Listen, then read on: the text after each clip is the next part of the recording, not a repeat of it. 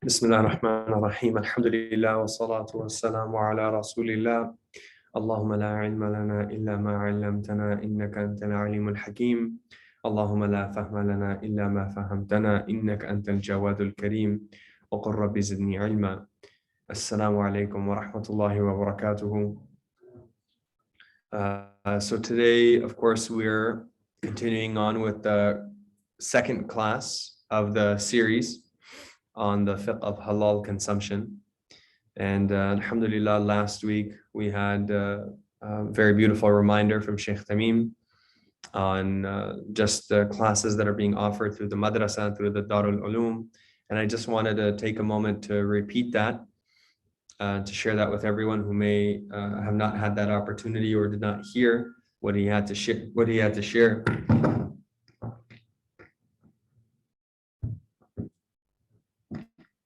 And basically, his message was that many individuals, of course, with their schedules, with family life, with a lot of the challenges that we have, find it difficult to formally study the Shari'i education that they've always wanted to formally get the education that they've always wanted to study, or that they found interest in later on in their lives.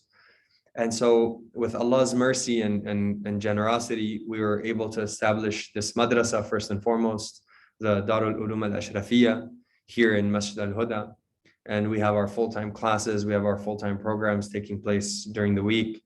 But of course, there's so much of the population that is still interested in learning that cannot make that full-time program. So under the supervision of Sheikh Tamim, the teachers who graduated from the same madrasa are now offering these evening classes, which we've titled Darul Ulum evening classes.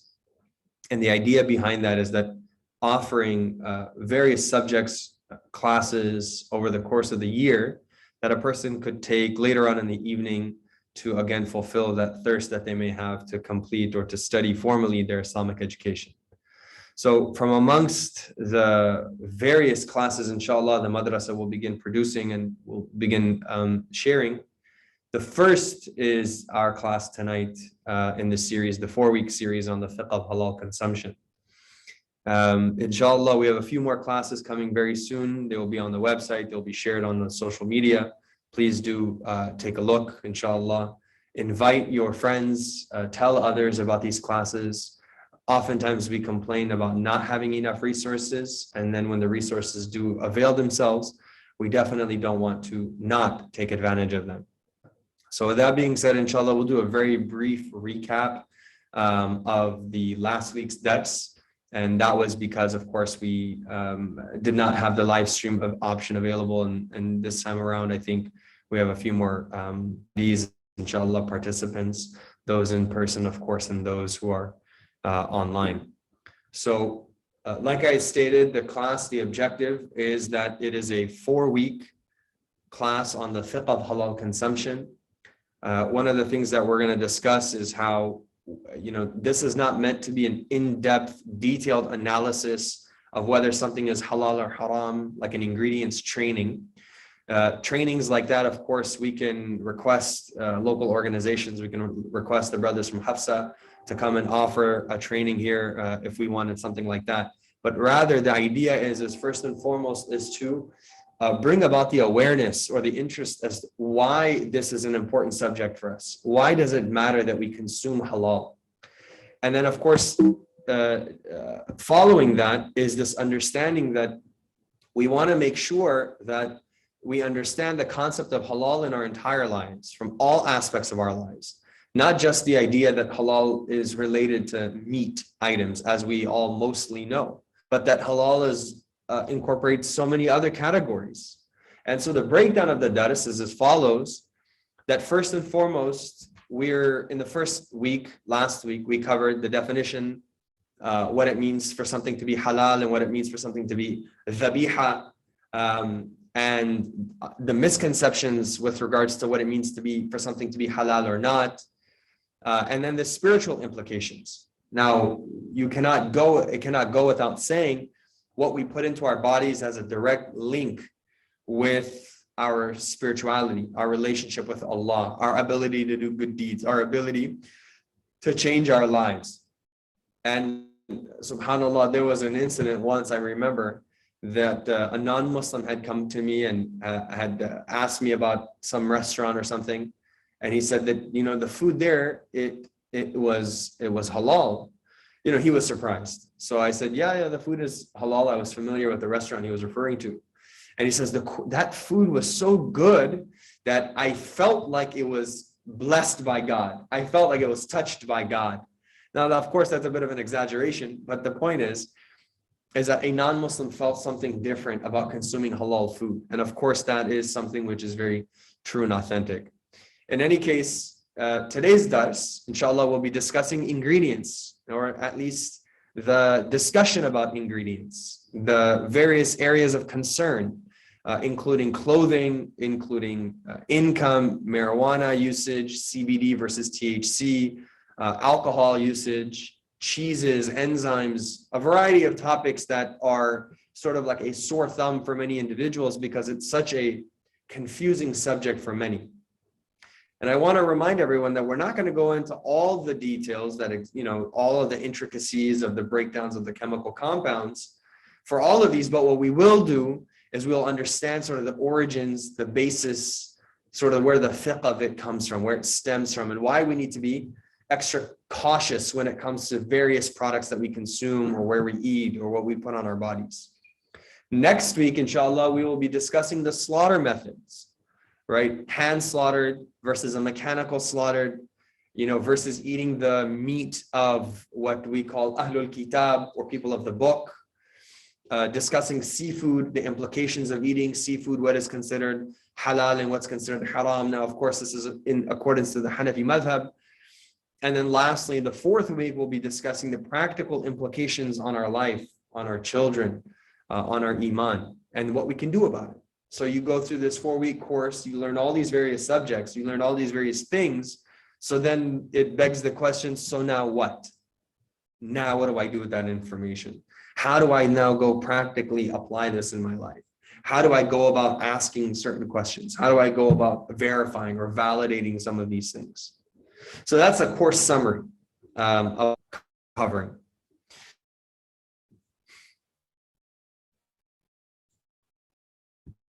And of course, we spoke about a lot of different subjects in the first week, the spiritual elements of it. But just to reiterate this hadith, it's a very beautiful hadith and a reminder to all of us.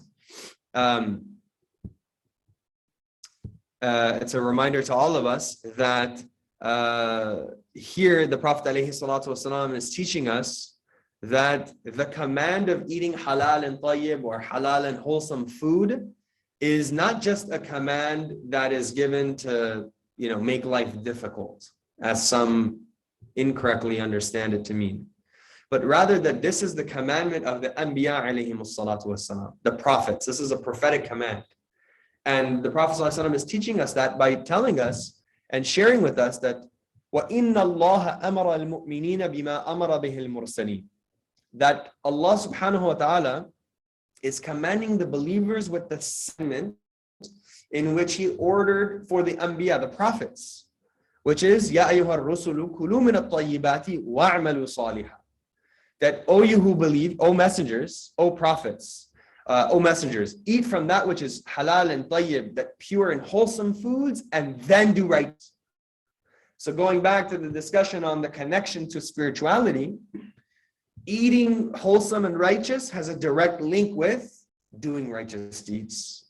Because Allah subhanahu, nothing in the Quran is in vain. Of course, we understand that, but this point here, that كُلُوا مِنَ الطَّيِّبَاتِ وَاعْمَلُوا صَالِحًا, this comes immediately afterwards. And it's important that we understand that. And then for us to understand the gravity of the subject, the other ayah of the Quran, وَقَالَ تَعَالَى يَا أَيُّهَا الَّذِينَ آمَنُوا كُلُوا مِنْ طَيِّبَاتِ مَا رَزَقْنَاكُمْ ثُمَّ ذَكَرَ رَجُلًا. Then he mentions a story. So the Nabi alayhi salatu wasalam mentions a story. We may or may not have heard this story before, but he mentions ثُمَّ ذَكَرَ رَجُلًا يُطِيلُ السَّفَرَ أَشْعَثَ أَغْبَرَ يَمُدُّ يَدَيْهِ إِلَى السَّمَاءِ يَا رَبُّ يَا رَبُّ وَمَطْعَمُهُ حَرَامٌ وَمَلْبَسَهُ حَرَامٌ وَمَشْرَبُهُ حَرَامٌ وَغُذِّيَ بِالْحَرَامِ فَأَنَّى يُسْتَجَابُ لَهُ. And this is very impactful, actually, if we understand what it's saying.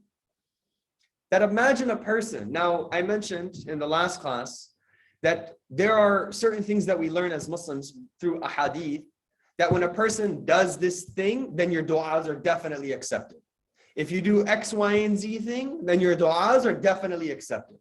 For example, just going based on this hadith, ثم ذكر الرجل يطيل السفر. Number one, a person's on a journey. Now we know from a hadith that a person who's on a journey, his mustajab da'awat, his du'as are accepted. So that's layer number one of why his du'as should be accepted. The second layer, ash'atha aghbara. His hair is disheveled and he is dust laden. He's covered in dust and he's dirty from his travel. So undergoing this difficulty, this hardship. It's a second layer. يَمُدُّ يَدَيْهِ إِلَى السَّمَاءِ. He is raising his hands, calling onto Allah, so almost like in a state of desperation. So another layer, third layer of why his du'as should be accepted. And he's calling out to Allah by his name, Ya Rab, Ya Rab, another layer. So now just take a quick pause here. And this is just for all of us as a reminder. Before we begin actually the main section for today's dars, which is the ingredient segment, I wanted to just focus on this. There's 4 layers that this individual, that the Prophet Muhammad sallallahu alaihi wasallam is explaining to us, that this type of a person is making dua. A person who has these 4 layers of acceptance of dua. Each one of these categories is a reason why his duas should be accepted no matter what. Each one of these categories. So, but then the Prophet ﷺ sort of makes it very abundantly clear at the end of it by stating why his du'as are not accepted. Because he says his food is haram. His clothing is haram. In another narration, his drink that he consumes is haram. And وَغُذِّيَ بِالْحَرَامِ, and he is nourished by haram. Nourished. Meaning he is totally raised up by that. It's his everything. It's everything around him, right? When you're nourished, that means you're raised on something. So how can you be raised upon something? You are nourished on something if it doesn't mean that everything that you are associated with was raised upon haram. That can include your clothing, that can include your income, that can include, of course, your food and your eat and drink. And at the end, the Nabi Sallallahu Alaihi Wasallam asked a rhetorical question, فَأَنَّا يُسْتَجَابُ لَهُ. How then can Allah accept his dua? This is a very somber reminder for all of us. This is how serious this is. And so that's the basis for which we start these discussions. So all of us need to be on that same even playing field when we're having this conversation in the first place. Because a lot of times don't take this discussion that seriously. They say, it's not that big of a deal. Why do we read the back of chips and cookies? And why you go through all that? Why you go through all this hardship? But rather, it's not hardship. But it's this concept that inshallah we're going to talk about today. This idea that at-taqwa, this is why it's al-wara'. This is that scrupulosity. This is this idea that I want to make sure that everything I'm consuming, everything that I'm touching, everything that I'm putting onto my body, that I'm aware of the authenticity of that thing. I don't want to be accidentally drinking, spiked Gatorade, I don't want to be accidentally buying drinks from the store and not paying attention to the fact that it says hard lemonade. I don't know what that means. It says lemonade. What's hard lemonade mean? And these are all things that are important for us to pay attention to. You go to some store, and that's why it's so problematic sometimes when we go to certain restaurants owned by non-Muslims and we see a nice menu of fruity drinks, and we open and we look at those fruity drinks and we think, oh, strawberry something. I can't pronounce the other half of that word. Let me get that one. Halfway through the night, you drink an alcoholic drink, and these things happen. And so this scrupulousness, this extra attention to detail is purely a sign of one striving for that higher standard of God consciousness. And that's why we do what we do. That's why we pay attention to these things. That's why we do this. This is not to say that those people who don't do this don't love Allah, they're not conscious of Allah. But we're here to learn something. We're here to try to learn and for our own sake, take it up another level for our own iman, for our own sake of getting closer to Allah subhanahu wa ta'ala. So khair, that's the just summary of our discussions for tonight, and a summary of sort of what we had done last week. And inshallah, sort of jumping into the discussions, or the main discussions for this evening, is ingredients. Okay. So like I mentioned in the beginning, the purpose is not to mention all of the very specific, intricate details of every single chemical compound, but we will mention a few of them. I will mention a couple of those. Its connection to the deen and where it becomes doubtful or where it becomes permissible, why it's important for us to pay attention to it. You know, and of course, if we don't take that extra step, this is why we're having this conversation, is if we don't take that extra step and we don't pay attention to all these things, what we might end up finding is that later on, we might end up, you know, eating our favorite snacks, our favorite chips or cookies, using cheeses, and not knowing that what we put into our bodies, what we consumed, you know, maybe accidentally, maybe very negligently, was a product which had haram ingredients. And of course, that's not something that anybody would be really happy with. And like I mentioned, of course, you know, this is not an ingredients training. We can, of course, request our respected brothers in other organizations that specialize in this, like Hafsa, for example, to have their ingredients training, have their specialists come out and do that for us, inshallah. If there's enough demand, we can, of course, request that. So again, just to read the slide a little bit, the concept is, the reason why we go into all these details is for that higher level of taqwa, is that we want to get closer to Allah subhanahu wa ta'ala. One thing, of course, that we also want to pay attention to is some of the new terminology. One of the words that we will hear maybe a couple of times tonight is tabdilul mahiyya. Tabdilul mahiyya is this concept, or istihala is this concept that is when a product or an item is chemically altered to become something totally different than what it once was. Okay, so something being the chemical compounds of something changing. And the fuqaha, they mention an example. They mentioned that if there was a salt mine is like a large container that had, you know, thousands of pounds of salt in it, you know, and a animal falls into it. Let's say a pig falls into this salt mine. Eventually, over the course of some months, perhaps, or years, the chemical composition of that pig that falls into that salt mine will completely be altered and turn into salt again, and will not remain the same thing. Therefore, that salt will not be najis. That salt will not be haram. That salt will be permissible to use. Why? Because the original chemical compound, which was the pig that had fallen into it, is no longer the same thing. It is no longer that same chemical compound. And that's important for us to understand. You know, it's very important for us to understand that these things in ingredients, these things that happen in the, you know, in various products that we find, especially living in a manufactured society where everything is kind of being created for the newest item, the newest ingredient, the cheapest product. This is going to happen. This happens pretty frequently. So inshallah, we'll go and get started with the first category. So the first category is on cheeses. Now, cheeses has so much to be said about it, a lot of different areas that a person can be concerned about.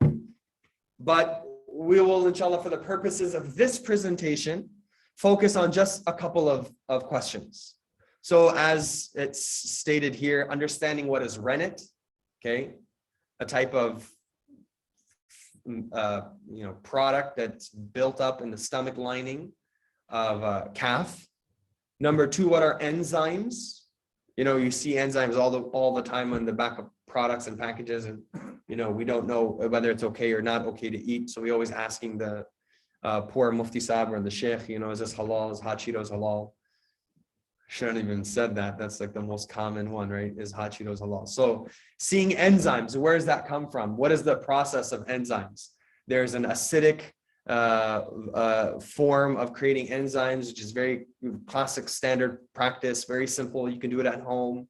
Then there's an enzymatic process where you add a protein, you add a specific enzyme to this, this chemical reaction, and then it separates into this enzyme protein, and then the water protein that remains, and we're going to get into that. And then number 3, which is the best practice. So what should be done? What can we do? What should we do with cheeses? Okay.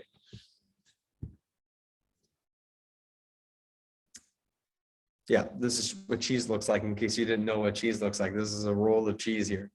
So the idea here is there's an origin to this. Why these two subjects, rennet, why enzymes? Because there's a lot of confusion about both of them. So this is a very interesting incident. عن ابن عمر رضي الله تعالى عنهما قال أوتي النبي صلى الله عليه وسلم بجبنة في تبوك فدعا بالسكين فسمى وقطع. And so this is an incident that took place that Abdullah ibn Umar radiallahu anhu narrates that someone had brought to the Prophet alayhi salatu wasalam some cheese. Someone had brought some cheese to him. And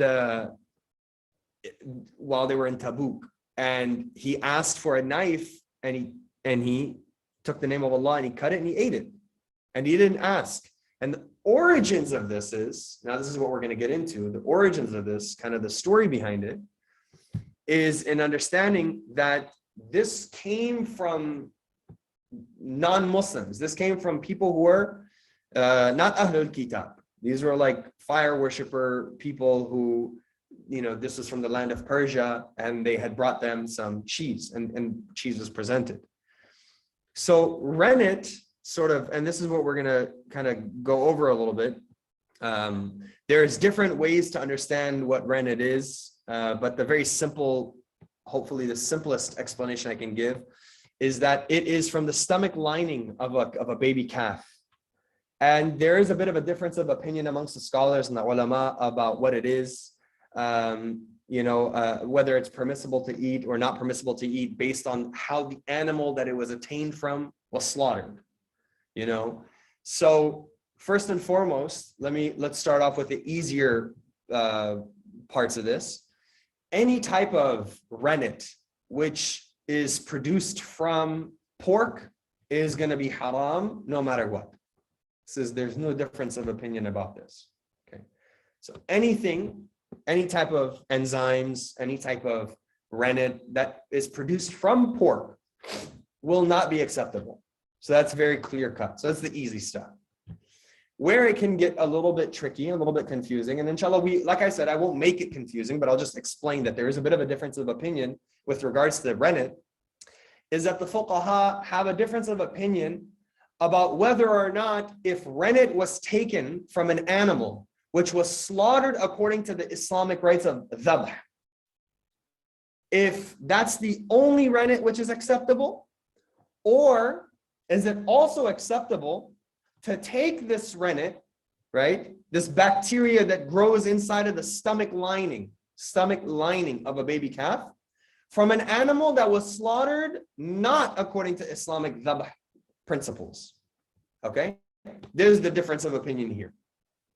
So not pork, so pork is out of the equation, but let's just take another, another example is another animal. We take the rennet from a calf that was slaughtered according to Islamic rites, no question about it.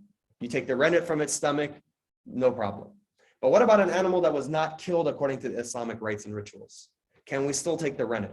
According to the Hanafi madhab, this is an acceptable opinion that you may do so, and that you may eat the cheese which comes from an animal, the rennet, specifically the rennet, that comes from an animal which is not slaughtered according to the traditional Islamic practices. That would be acceptable. Now, understand that, inshallah, we'll go over in the third slide here, that this does not mean that that's the best practice. It just means that it is an acceptable opinion in the madhab. So the reasoning that the ulama or the fuqaha give is because Imam Sab or Imam Abu Hanifa rahimahullah ta'ala says or states that the bacteria that's growing inside of the stomach lining of that calf does not have blood flowing through it. And his understanding is such that because blood does not flow through that bacteria, it's not considered a part of that animal, or it's not considered living or part of that animal. Therefore, to scrape that off from the inside of the stomach lining and use that bacteria would be acceptable to use for these purposes.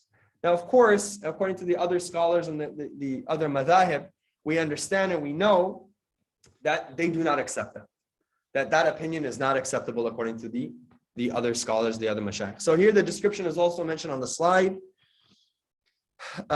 Here it's mentioned, it does not depend on the slaughterer being a Muslim or non-Muslim, but rather, in fact, it depends on whether there's life in that bacteria, that thing which is being extracted or not. The circulation of blood in an organ is the cause of life. So therefore, because no blood flows through rennet, rennet is not a living thing, therefore it cannot die, and it is thus permissible to consume. This is the opinion of the Hanafi madhab, according to Imam Abu Hanifa rahimahullah ta'ala. And inshallah, we'll get into what is also explained about best practice. Now that was rennet. Okay, rennet is found, you can get it microbial, and a lot of manufacturers also are using microbial source nowadays, but you can also find it like this as well. As for enzymes, there are many types of enzymes that can be found. There's an acid base and there's an enzymatic base. And there's two ways that you can get that. Now, the standard paneer that we're familiar with, it is, you have some milk, you add some acid to it, some vinegar, some lemon juice, something. It curdles, you separate it to separate the protein. Then that protein itself is what is the cheese. And the water that's left over is the whey. So what happens then is, all of you guys who bulk all the time and ask this question, every single day in your various WhatsApp groups, is whey protein halal? Well, the thing is that, you separate that and you have that water, you dehydrate that water, and then that is your whey protein concentrate. It's a concentrate that's used, okay? But the thing is that now you have that protein, whatever it is, that's added to that. So you don't want you want to double check the source of that whey protein. Then there's an enzymatic reaction, which is, you have this milk, you add some enzymes to it, you add that yourself, right? And then it begins to separate, and it kind of has this, it becomes the enzymes. So what's important to understand is that the enzyme itself is, there's a specific type of enzyme known as lipase. And this is why it's so important to verify. This is why it's so important for us to double check. This is why it's so important for us to understand what it is that we are, this is why it's important for us to verify these things. And when we see them on ingredients, why it can get so tricky. Lipase is such an ingredient that according to the standards found in America, it does not have to be labeled on the products. It can just easily be labeled as an enzyme. But what lipase is it's a fat enzyme, okay? And essentially what that does for the cheese process or cheese making process, which is why I put this cheddar cheese here, this block, is because oftentimes quality cheeses are aged, right? So you age it, it takes time, 6 months, a year, whatever. But when you introduce lipase as the enzyme for that enzymatic reaction for the chemical process of this cheese, it gives that taste, that it speeds up the aging process of that cheese. So you don't need to age it by actually aging it. You can just introduce lipase. Now, the other problem, right? Now the actual problem is that what that lipase can be, what type of fat enzyme, a fat, it can come from any animal. It can come from pork, it can come from cow, okay? But you will never know that. You don't have to know that, meaning the companies don't have to label that on their products. So now what you have to do as an individual is you have to call the company and ask, is there any animal products or byproducts that are included in the enzymes, or the enzymes animal-based or non-animal based, etc. Okay, and that's why it's so important for us to understand this, because now you're going to read your ingredients list, or you're going to read some product you're going to buy and it says enzymes, and now you don't know what is the base for that, what is the origins of that.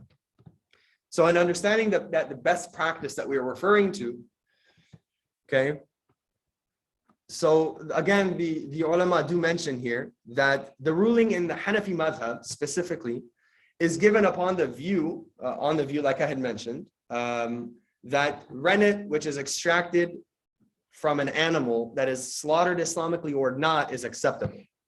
However, right, the best practice is that because that becomes tricky, maybe it is easy for you, but then now you have some guests over, some people who are eating that food. It is not best practice to eat from that cheese. Why? Because of course other people now it becomes haram for them.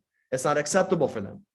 So, the other opinion of Imam Abu Yusuf and Imam Muhammad, the students of Imam Abu Hanifa rahimahullah, is that because it comes in contact, that rennet, with the other liquids that are found in the stomach lining of that animal after the animal dies, this makes it impermissible to consume, right? Because it was killed in a non-Islamic way. Of course, now that's the ikhtilaf is about how the animal was slaughtered, according to Islamic rites or non-Islamic rites. So according to non-Islamic rites, if the animal is just killed some way and you take the enzymes, the rennet from its stomach, that would not be acceptable. So therefore, best practice is to try to avoid eating that type of rennet, which comes from an animal or what have you, because if there is a consideration that that mixture or contamination does exist, then again that higher level of taqwa is to try to go towards that microbial rennet, so that you don't potentially put yourself in a place of doubt. Okay. And of course, this is a little confusing. I'm sure this is for some of us new information, but this is important for us to understand. Basically, that these are some of the major causes of concern when discussing cheeses. And so it's important for us to keep that in mind, that there are these two categories, these two different subjects, the enzymes and the rennet, and to understand the origins of both and why it's so important for us to verify that information whenever we're buying a new product that we are unfamiliar with. Another category, another subject is vanilla extract.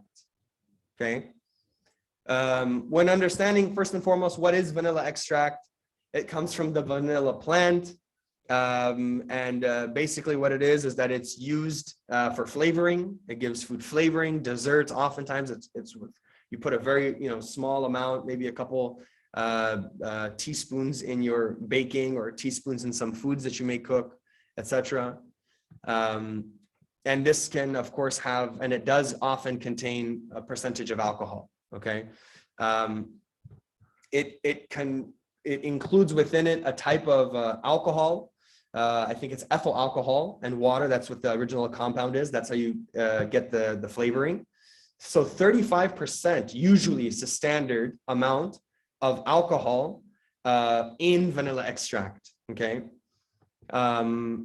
Oftentimes they'll include more percentage of alcohol in that to extract more flavor from it. Okay. So we're going to, of course, cover this, inshallah, and understanding that, because if a product has alcohol in it, then you might be assuming that immediately it's haram, right? That's kind of the idea. But remember, the idea is, in understanding the origins, and this is what we're going to get into in the rest of this, is that the original essence of where that alcohol is derived from, which is included in certain ingredient products like vanilla extract, does not come from dates or grapes.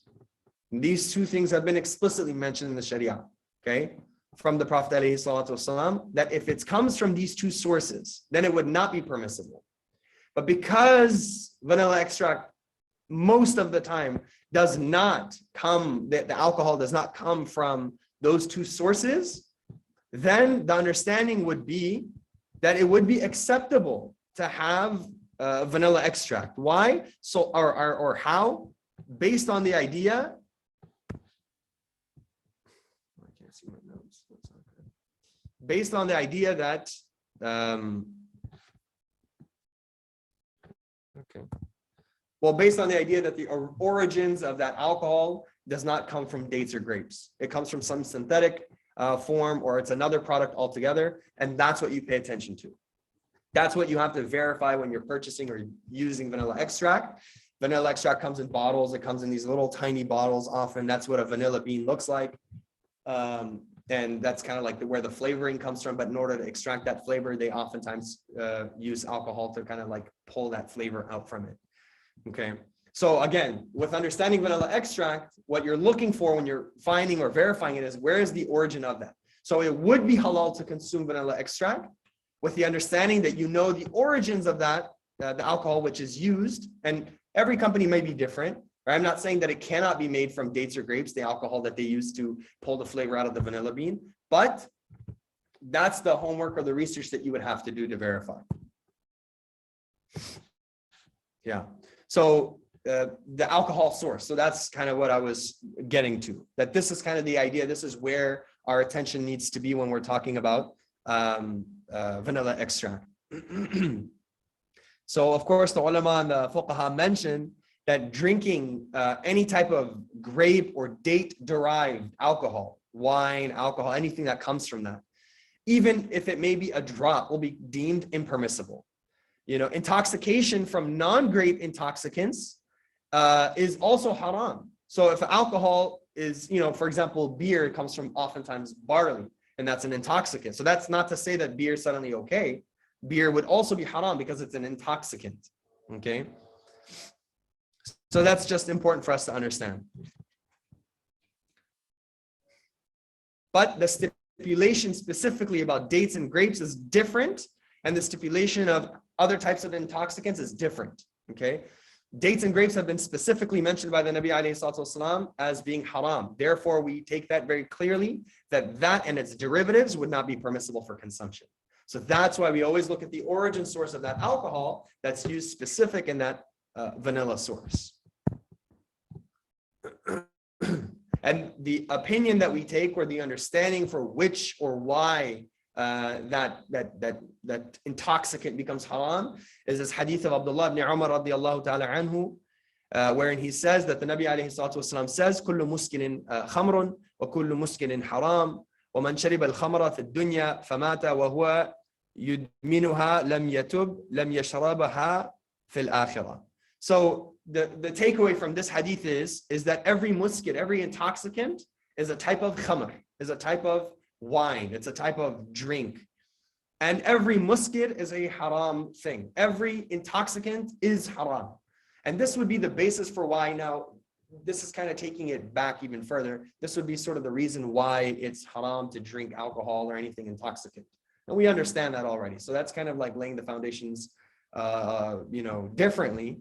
But the takeaway or the understanding, though, what we're kind of saying is that when we're talking about specifically vanilla extract, what we're trying to say is, in order to verify whether it would be acceptable or not, you need to check the origins. Where is the source of the alcohol that they used in their vanilla extract?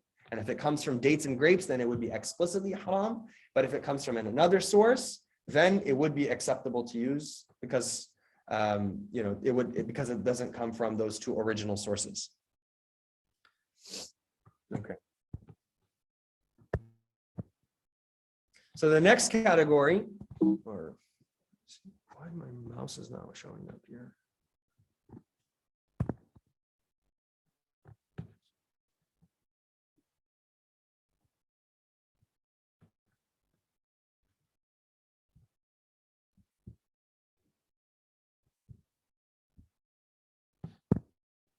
Okay, I'm not sure what's happening. So anyhow, it's kombucha and fermentation.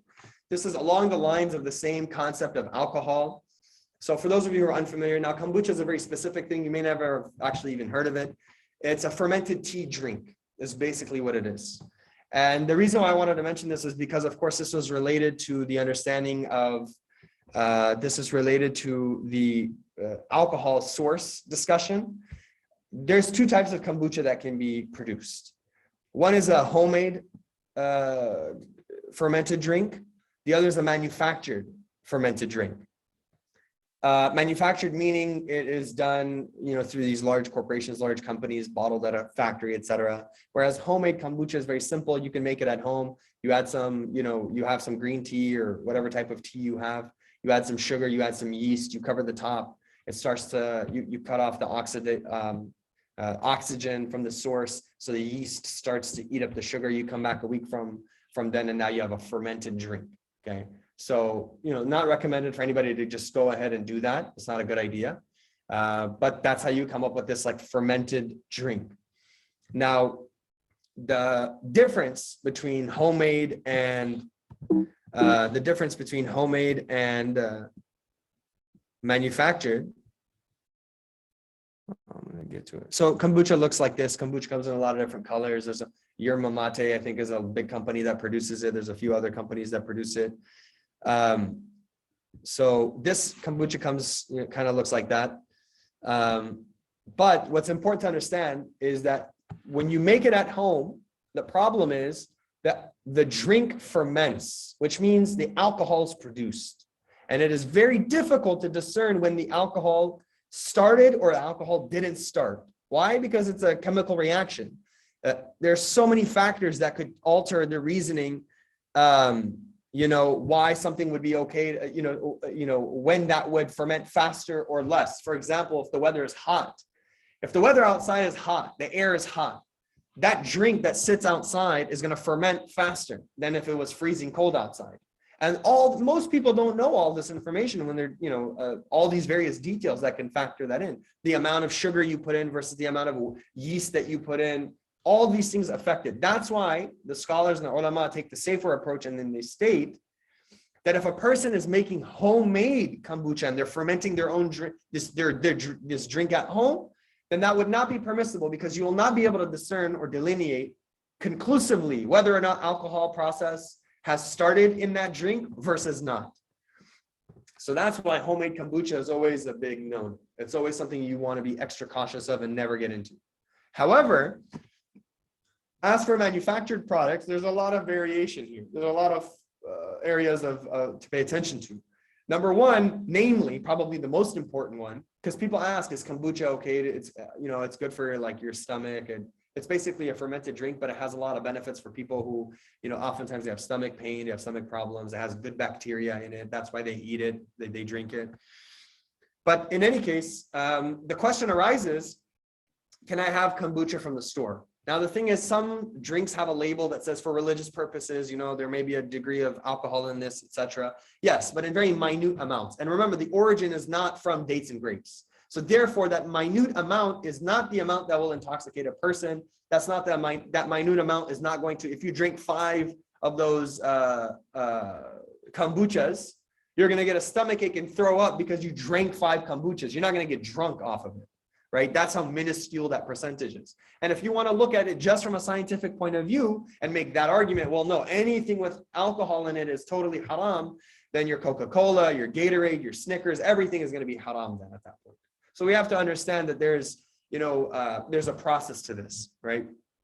The manufactured kombucha doesn't ask for ID according to state laws. Their alcohol percentage first of all, the drinks are not made with the alcohol happening in the same way that it happens at home. So they actually can eliminate that alcohol from forming when they're making it in such large quantities, right? And that's why it's important for us to keep in mind that when you're having kombucha outside, USDA regulations or whatever it may be, don't allow that alcohol process to build up in that kombucha drink, because if it did, and it would actually be a muskit and intoxicant, then they would ask for ID. They would not allow just anybody to go and purchase it, right? That's a very big one.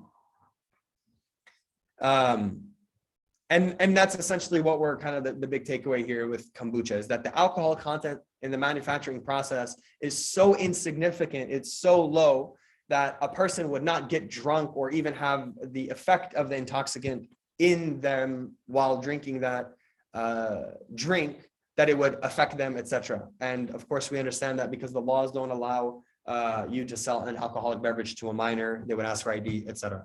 Okay. But because the homemade versions of it is very volatile, you don't know when it becomes fermented, how strong it becomes fermented, etc., impermissible to make. So we'll just take a quick minute or two here and have a short discussion. We have a discussion question. Those who are online can ask their questions via chat. What are the most common ingredients you look for to ensure your products don't contain an impermissible ingredient? Now, we all grew up checking for certain ingredients when we, go buy, food, cookies, chips, whatever it may be. So what is the most common ingredient that you in your life you look for as sort of like an immediate red flag? Yeah. Gelatin is a very, very common one. looking for gelatin in your products. That's right. You know, like Pop-Tarts, frosted Pop-Tarts all contain gelatin. So I mean, who would have thought, right? I mean, I guess if you have a little bit of knowledge about the food industry, then you can tell. But frosted Pop-Tarts, you're eating that for breakfast, probably shouldn't. And you know, you check the back and it has gelatin in it. Planters peanuts, there's a specific flavor of them that contains gelatin in it. Peanuts, right? You would never imagine that. It would never cross your mind. If you had a multiple choice question, you had 4 different choices, that one would definitely not be one of the ones that you would choose, right? But it happens. So some of the brothers who online, mashallah, they're very educated in this field, said, you know, mono and diglycerides, datum, more brothers mentioned gelatin. Good. Anybody else have? Yeah. Tartaric acid, that's right. That's another good one, right? Comes from the wine making process, sort of like a byproduct of that, right? Yeah, and all of these things are concerning. We grew up kind of maybe learning about them, you know, maybe we learned about them. Maybe we grew up watching out for them because we read a book or two here about it. We heard a talk, you know, and we learned that we need to pay attention to these ingredients, etc. Very important. And that's kind of, you know, and why do we even check that? I think that the question does go back to this, this original point that like, why do we go back? Why do we even check these things? It's because you don't want to consume a haram ingredient, right? And I think it's very important, and we all realize this, that our iman, our deen is very important to us. That's why we take these extra steps that other people would look at and be like, man, that's extreme, you know? Okay. So another very popular subject, CBD, THC, marijuana, cannabis usage, okay? Now, before I jump into this, I just want to make one point very clear. This subject, this topic, this very specific category in recent times has become such a popular discussion amongst non-scholars. And that's what I wanted to bring attention to. Amongst non-scholars, non-scientists, non-doctors, okay?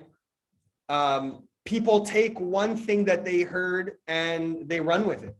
And they say that, you know what, it's you know, whatever state of California legalized it, or, you know, something, you know, and so therefore I'm going to use it. It's a pain medicine. I think it's fine. I think I feel good. You know, there's nothing wrong with it.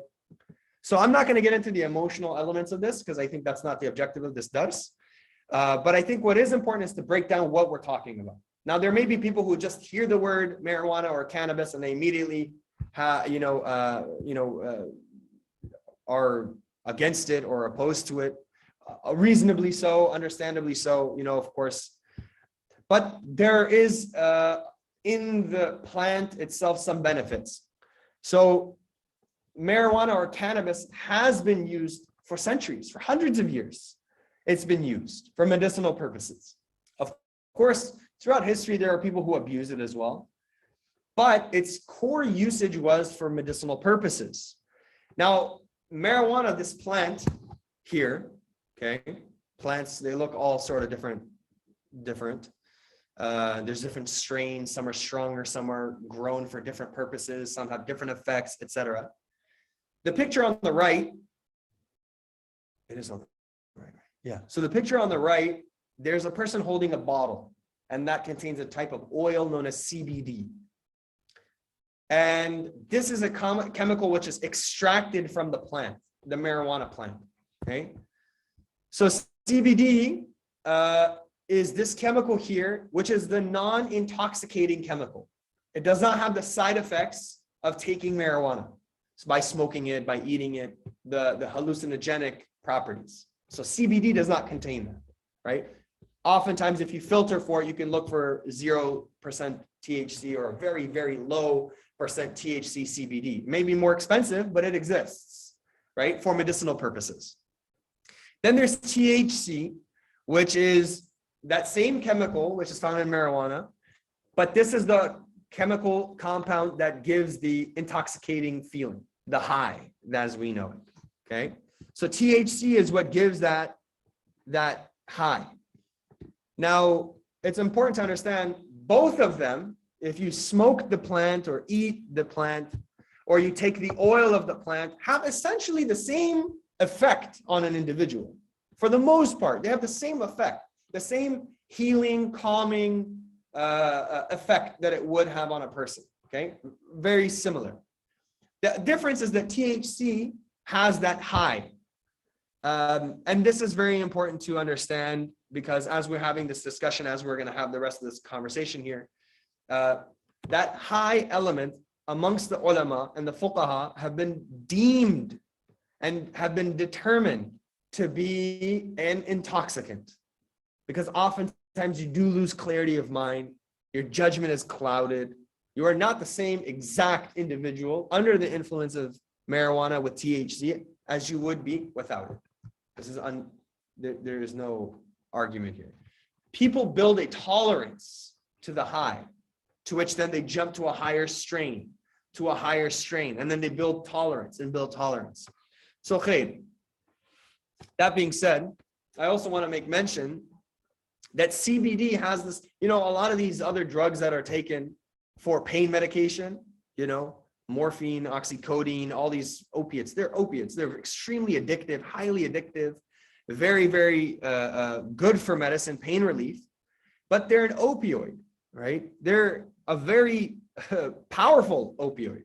And the concern here is that it has a very addicting factor to them. So many people opt to actually take marijuana or cannabis in place of a lot of those very, addictive opiates. Okay. So this is kind of a lot to read, but I'll just leave this here for a moment, kind of take a look at it. I'll read it with you all, inshallah.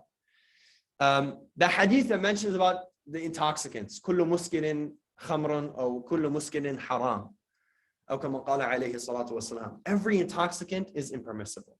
And some of the scholars and the ulama have determined that the effects of marijuana through THC is an intoxicant. Okay. Now, this is very important for us to understand. The Sharia or the Shari'i parameters of cannabis usage can simply be determined by the level of intoxication. As we have already mentioned above, the scholars do not permit intoxicating substances based on that hadith that I read to you all earlier. However, cannabis has two main properties in them, CBD and THC, like I clarified, okay? The research regarding CBD clearly demonstrate that there are no intoxicating or psychoactive properties, meaning if you're taking the CBD oil, there is no high effect, okay? However, THC, on the other hand, produces the high, produces the intoxication, okay? And that's because of the chemical found in the plant known as THC. The full name is there. I'm not going to try to pronounce it. It is therefore permissible, without any undesirability, for a Muslim to take CBD supplements and other such types of herbal remedies on the condition that they do not intoxicate. It is also permissible to sell such products and for a doctor to administer or to prescribe as well, the CBD. Now, I'm sure a question might arise about the permissibility of THC, the high factor as well. So my suggestion or my response to that would be that speak to your local mufti, speak to your local scholar and alim, and speak to them about your specific case, okay? Your specific situation, because everyone's situation is different. If a person is being prescribed, oxycodone and morphine, these very, very extremely powerful opiates, then for pain medicine, right? Pain medication. And this is another point to clarify as well. SubhanAllah, we're almost at time. Or is it 9:15? 9:15, okay. So this is another point to keep in mind. Oftentimes, so when I say that, for pain medicine, people often take these very extreme opiates, and they're very powerful and very addictive. So people often tend to opt out of taking that and instead take THC, or they'll take CBD, okay, to manage that pain relief. Because for a lot of people, it works the same, or it works better for them because of the lack of the side effects. But I want to, and this is the area of concern that I just wanted to make mention of, is that without the mashwara of a Muslim doctor, a practicing Muslim doctor, or a local scholar, for a person to go buy a couple joints and start smoking and say, I got headaches, right? This now leaves that realm of medicinal usage and goes into now recreational usage. And the ulama have also determined that the use of recreational marijuana is not permissible. So with that being said, it's very important to understand that now when a person is saying, hey, you know what? I know somebody who might be using this, or I myself need pain medication, but I'd much rather, instead of taking Tylenol, or I might, take some other, other ingredients, some other chemicals, I would much rather opt for this THC or this CBD. Then the mashwara, or the suggestion of the mashayikh and the scholars, are that you should speak to your local mufti, because this is very case specific. And you need the mashwara of a mufti and a practicing Muslim doctor to be able to make that thing acceptable in your case. Okay? Because the general fatwa, or the general understanding currently amongst many of the mashayikh and the scholars, is that CBD, the non-intoxicating one, is permissible for a person to take as supplements like vitamins for joint pain, for body pain, etc. Whereas THC is considered unacceptable or impermissible by the fuqaha. Now, there may be exceptions to this, again, based on a mufti's case-specific suggestion for you, with the inclusion of a practicing Muslim doctor. Okay. So we have, I think, 2 more slides, inshallah, that we'll get to.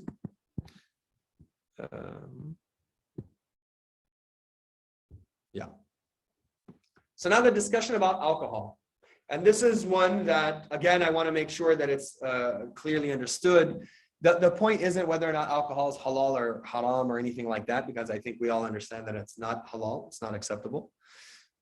But it's important for us to understand the role of alcohol in the food products that we consume, byproducts used as a supplemental ingredient, etc. And of course, the very famous question, my food was cooked with wine, but the chef told me that the wine was cooked off or burned off, and therefore I'm going to eat the food. Therefore, it's fine. So, mashallah, I consulted my dear friend, Brother Abdul Ghani, who is a food scientist, food specialist. I think he has a more professional title than that, but that's what I call him.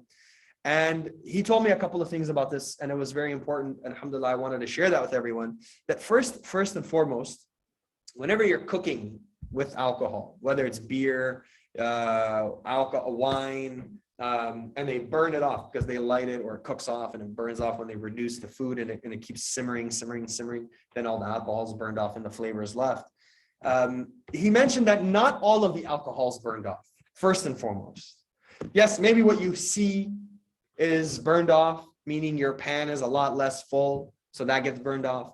But the alcohol that's cooked into your food, the alcohol that's cooked as the flavor, etc., is not fully cooked up. There's not 100% accuracy that wine is cooked out of your food. Otherwise, why would you cook with it in the first place? You want the flavor to remain. There are certain elements of it that you want in your food. So that's a first major misconception that's important for us to understand. The second thing is, if it truly is wine, because wine is often what's used, red wine is used and all these other types of wines, but often wine is used in cooking. The source of that wine, if you recall, comes from dates or grapes. And now it doesn't come from dates that often, but comes most certainly from grapes, right? That's essentially what wine is, right? All the other intoxicants have other sources, but wine is made from dates and grapes, and more specifically, grapes. So now that would then still not be acceptable, because you're cooking with something which is haram, it's najis, it's impure. So now cooking with that, even if it kind of partially burns off, it's still in your food. That makes your food najis. It makes it impermissible. Okay. Tartaric acid was mentioned. Tartaric acid is a chemical compound that is from the wine making process, the crystallization that remains after the wine is taken out of being aged during these barrels, etc., that is used in baking and baked goods, etc. That's what tartaric acid is. And of course, now that comes from an alcoholic wine source. Battered foods, fried battered foods, the batter that you fry your foods in, often is used with beer. And there's a lot of places that do that. Okay, I don't want to mention any names, but there's a lot of non-Muslim businesses that are like franchises that a lot of people go to, and they don't realize that they actually use beer in their batter. Okay, direct beer, not something like a beer means something else. Like they're cracking open, some beer, and they're putting it into their batter, and they're cooking with it. Okay, so some examples. When they're cooking, on the image on the left with wine, oftentimes a flame appears on the plate. They're not being fancy. They're trying to burn off the wine. That's kind of the process. On the right is a fried food, often associated with fried fish, fried, food. So, you'll have fish and chips. You'll go to any like coastal place and you can find fish and chips everywhere. Really one of the concerns with finding, and again, the idea being it's fish, right? So there should be no issue with fish. I'm having fish, but you're having fried fish. Okay, that's number one. Number two, that the batter for which that fish is being cooked in could very well be beer batter, because it's airy, it's fluffy, and that they like cooking with that. And then another issue, which comes as a side point that I just sort of thought of right now, specifically with frying foods, is that oil can be mixed with other meats and other proteins which are haram. So if your fish, the fish place, for example, is cooking with using a fryer and frying other meats, chicken, pork, beef, etc., and they're cooking your fish in that same oil, right? Now, of course, that's a type of cross-contamination that you don't want to deal with. So, so that's kind of our understanding when it comes to alcohol and food being burned off, etc. Okay, it's really important to understand that the alcohol is not fully burnt off. Okay, it does remain. It's also is that process on the mention this wine that creates is totally haram. So a wine being cooked in your food, even if the alcohol is cooked off, it's still part of your food. Therefore, it's considered najis, and najis is in. You can that another factor for why we would consider that, right?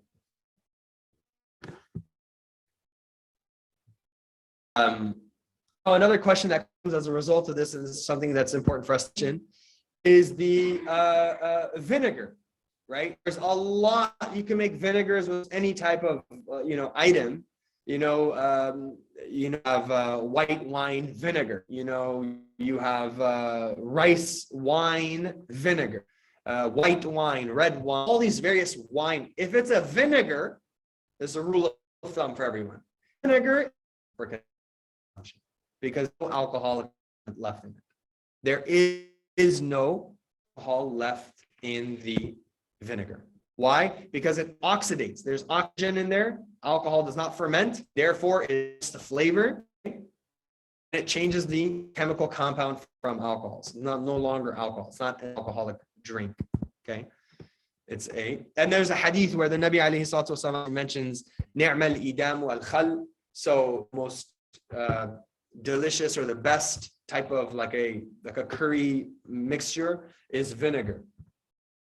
So the basis for why this is mentioned here is this Surah Al-Ma'idah. Allah subhanahu wa ta'ala mentions, يا أيها الذين آمنوا إنما الخمر والميسر والأنصاب والأزلام رجس من عمل الشيطان فاجتنبوه لعلكم تفلحون. So, O believers, O you who believe, intoxicants, gambling, idols, drawing lots for decisions are all evil of the handiwork of shaitan. So shun them so that you may be successful. And this is sort of our basis for why, right, that this alcohol is najis. Alcohol is haram, it's najis, right? It's the work of shaitan, etc. For that reason, not only is alcohol haram, but it's also najis. And it's very important for us to keep that in mind because, again, these things are all sort of proofs against why this would, why we can't eat with alcohol in our food, etc. And again, just a few more ayat that further that point. In the Quran, of course, it mentions in so many different places, يَسْأَلُونَكَ عَنِ الْخَمْرِ وَالْمَيْسِرِ قُلْ فِيهِمَا إِثْمٌ كَبِيرٌ وَمَنَافِعٌ لِلنَّاسِ وَإِثْمُهُمَا أَكْبَرُ مِنْ نَفْعِهِمَا. Allah subhanahu wa ta'ala mentions that They ask with regards to khamr, they ask with regards to intoxicants and gambling. So then Allah is advising the Nabi Sallallahu Alaihi Wasallam that to say that there's great sin in both. While there may be some benefit for people, the sin is greater than the benefit. Okay. And so it's important for us to keep that in mind. This is all mentioned in the Quran, right? That we know very clearly what these things are. This alcohol, we know the effects of this alcohol, but the response ultimately is that it is haram and it is najis and is impermissible for us to use. So another discussion question before we sort of bring the last category up is, what was the moment in your life that you realized that this was an issue, ingredients? Was there a specific memory? Was there a specific incident? Was there a trigger moment in your life where you realized, oh man, I got to pay attention to this? So we'll take maybe like 2 or 3 responses to this. And then inshallah, we'll go to the last slide and then we'll close with that, inshallah. Okay.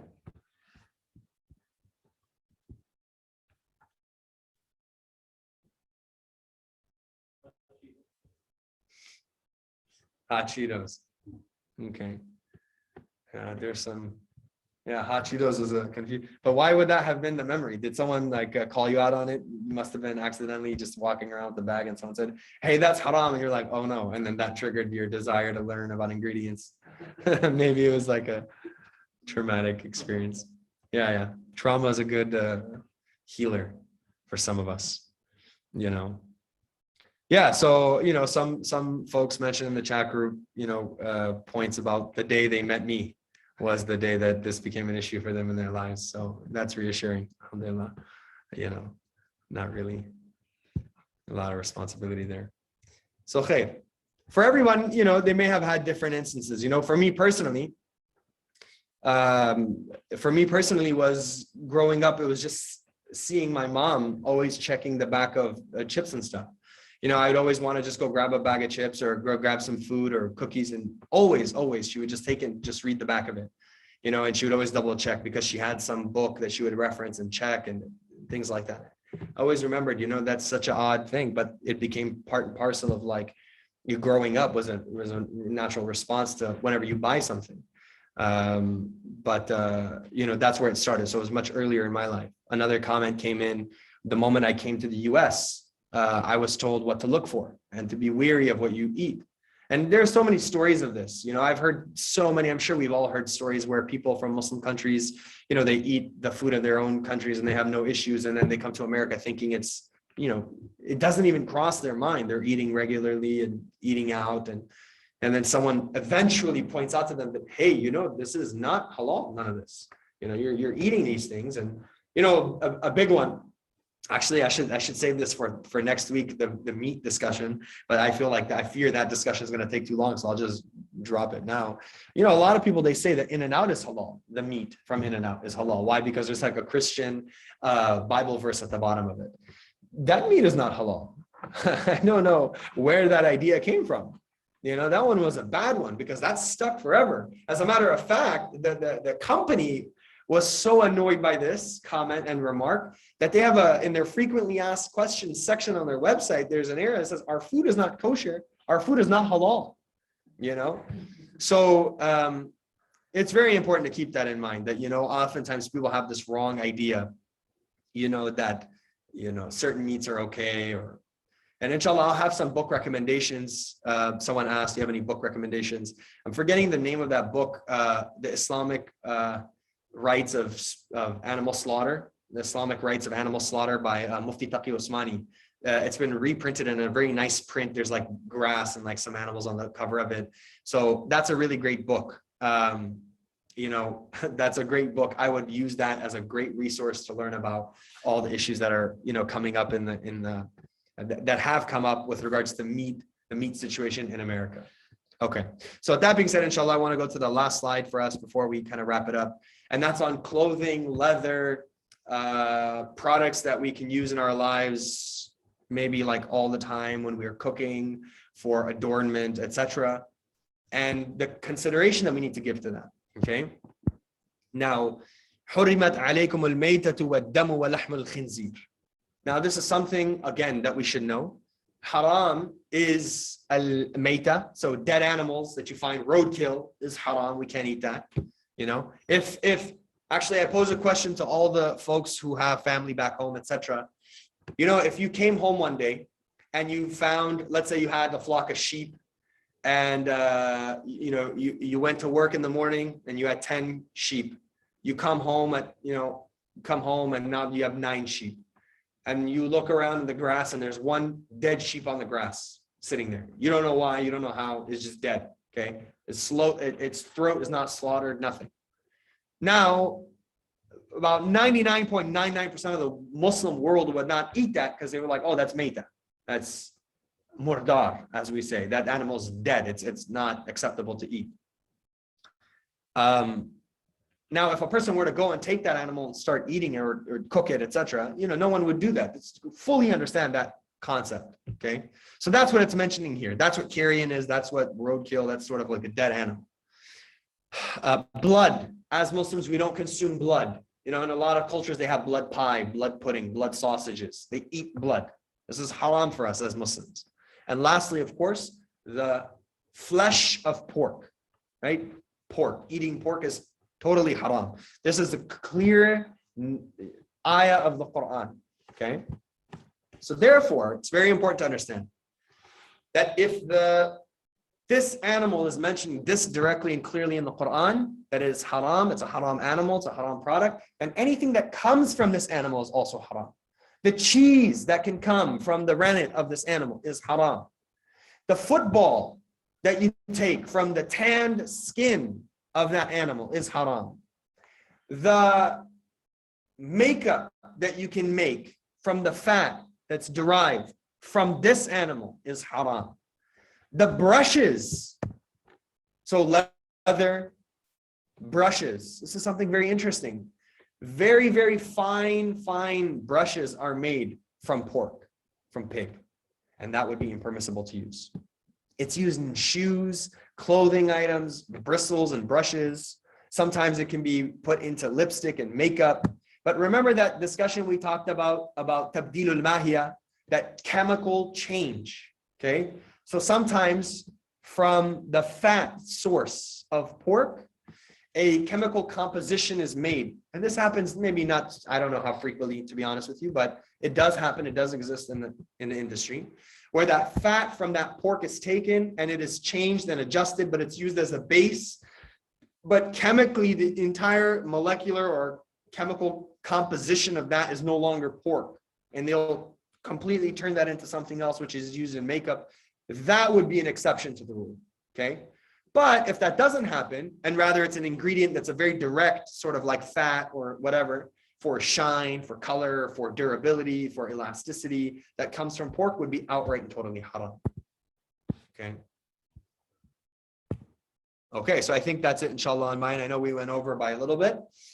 So hopefully, inshallah, this section was, I know it was a lot more technical. There was a lot more words and terms here that were used that may have been new to many of us, and that's totally fine because we were learning, and that's kind of the objective of all of this.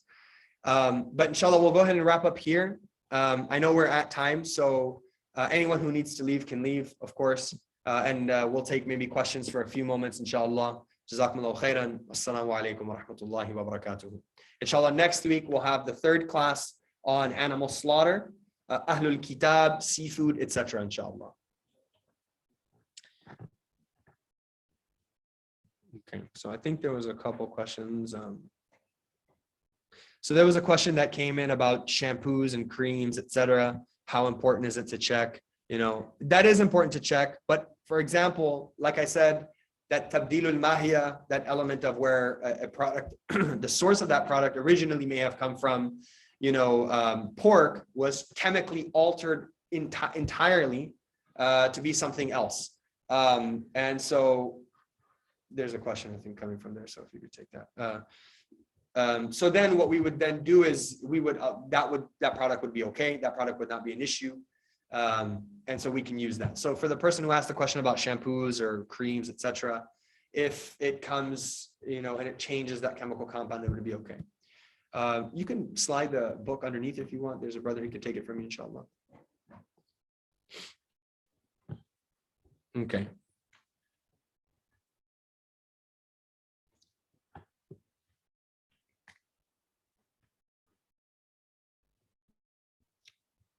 Okay, so I hope I clarified the tabdil al-mahiya concept. It's essentially a complete chemical molecular change of the original source of the product turned into something entirely else, something totally different. So therefore, the fuqaha have said that if something changes completely into something totally different, then that would be acceptable because it does not have the same properties of the original thing that it once was.